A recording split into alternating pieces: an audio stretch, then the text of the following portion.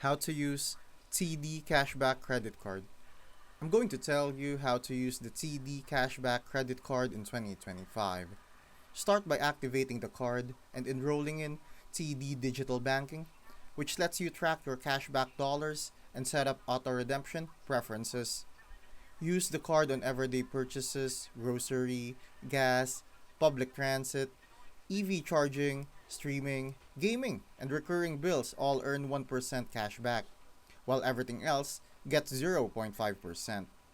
If you have the US version, you can even boost rewards by choosing 2, 3%, or 2% spending categories each quarter.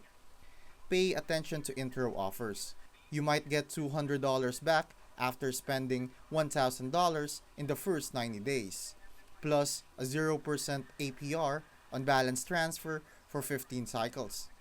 Once you've earned at least $25 in cashback dollars, redeem them anytime through the TD app, easy web, or by phone.